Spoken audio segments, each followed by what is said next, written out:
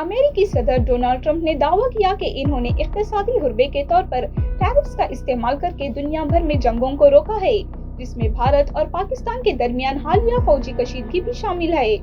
پیر کو Oval office سے خطاب میں ٹرمپ نے کہا کہ ٹیرف صرف آمدنی کا ذریعہ نہیں بلکہ امن قائم رکھنے کا ایک اسٹریٹجک ہتھیار ہے۔ ٹرمپ نے کہا کہ ٹیرفز کی بدولت امریکہ نہ صرف اربوں ڈالر کماتا ہے بلکہ یہ جنگوں کو روکنے میں بھی مددگار ثابت ہوتے ہیں۔ ان کے مطابق بھارت اور پاکستان کے درمیان تنازع کے وقت 7 طیارے گرائے گئے تھے، لیکن ان کے کہنے پر دونوں طرف کی فوجوں نے کارروائیاں روک دی۔ انہوں نے بتایا کہ یہ سب ٹیرف اور تجارت کی بنیاد پر ممکن ہوا۔ ٹرمپ نے دعویٰ کیا کہ ان کی حکومت نے 7 جنگیں ختم کی، جن میں بھارت اور پاکستان، کمبوڈیا اور تھائی لینڈ، کوسوو اور سربیا، کانگو اور روانڈا، اسرائیل اور ایران، ایجپٹ اور ایتھیوپیا، ارمینیا اور آذربائیجان کے درمیان تنازعات شامل ہیں۔ ان کا کہنا تھا کہ اگر ٹیرف نہ ہوتے تو اس وقت 4 جنگیں جاری ہوتی اور روزانہ ہزاروں افراد ہلاک ہو رہے ہوتے۔